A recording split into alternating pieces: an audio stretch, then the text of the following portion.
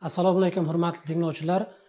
Bugungi laboratoriya mashg'ulotimizda yumshoq bug'doyning jasmina navining 1000 ta don vaznini aniqlashni ko'rib chiqamiz.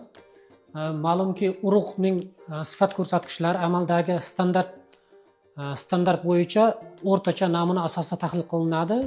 Urug'ning sifat ko'rsatkichlariga urug'ning unuvchanligi, 1000 ta don vazni, o'sish quvvati va boshqa ko'rsatkichlari kiradi. Xuddi shu urug'ning sifat ko'rsatkichlariga ta'sir qiluvchi omillardan biri 1000 ta don vazni hisoblanadi. Bu 1000 ta don vazni aniqlashdan maqsad urug'ning 1000 ta don vazni qanchalik og'ir bo'lsa, donning yirikligi yuqori bo'lsa, donni to'q bo'lsa, endosperm oziqa muhiti bilan to'liq to'lishgan bo'lsa, 1000 ta don vazni shuncha og'ir chiqadi va bu o'z navbatida urug'ning unuvchanligini oshiradi.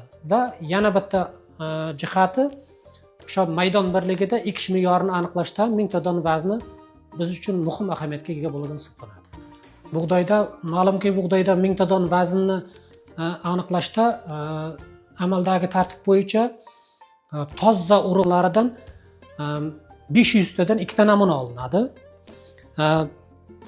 O'sha 500 tadan 2 ta olingan namunani 0,1 aniqlikdagi laboratoriya tarozisida tortib ko'ramiz va orasidagi ikkalasining orasidagi farq 3% dan oshib ketadigan bo'lsa, 3-namuna olinadi. Agar oshib ketmaydigan bo'lsa, o'rtacha arifmetik qiymati chiqarilib 1000 ta don vazni aniqlanadi. Bizda laboratoriyada hozir vaqtni tejish maqsadida oldindan tayyorlab qo'yilgan 500 tadan bug'doy namunalarimiz bor. Mana shu namunalarimizni tortib ko'ramizda, laboratoriya tarozisida tortib aniqlaymizda. Agar 3% dan orasidagi farq oshib ketayotgan bo'lsa, 3-namunamizni tortib ko'ramiz. Bo'lmasa, o'rtacha arifmetik qiymatini chiqarib, hozir laboratoriya sharoitida bug'doy donining 1000 ta don vaznini aniqlab ko'ramiz. Laboratoriya tarozimizni ishga tushiramizda, mana bunday 1000 ta don vaznini aniqlash uchun idichchamizni laboratoriya tarozisiga qo'yamiz va 0 qiymatga keltiramiz mana. 0 qiymatga keldi. Undan keyin biz oldindan tayyorlab qo'yilgan 500 talik bug'doy doni namunamizni o'sha idichchaga solamiz mana. Laboratoriya tarozisiga soldik.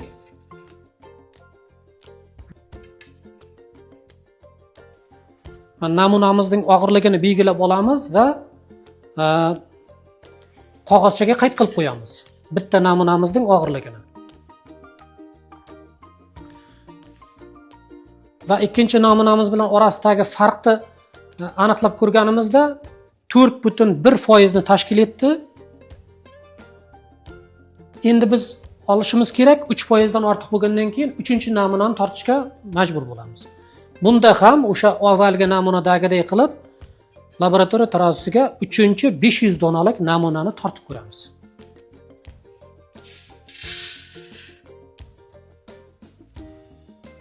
Laboratoriya tarozisiga tortamizda buni ham 0,1 aniqlikdagi 3-namunani qayd qilamiz, necha gram chiqqanligi to'g'risida.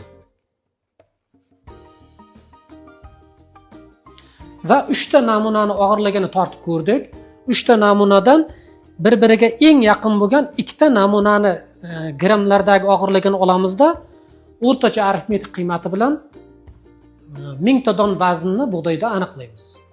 Tortib olingan 3 ta namunamizdan birinchi va 3-namunamizning orasidagi farq bir-biriga yaqin bo'lganligi uchun birinchi va 3-namunamiz orasidagi namunamizdagi bug'doy donlarining vaznini o'rtacha arifmetik qiymatini chiqarganimizda bug'doyning jasmina navining 1000 ta don vazni bizning tahlillarimizga ko'ra 48,68 gramni tashkil etdi. Mana shunday tartibda bug'doy donining 1000 ta don vaznini aniqlash mumkin bo'ladi.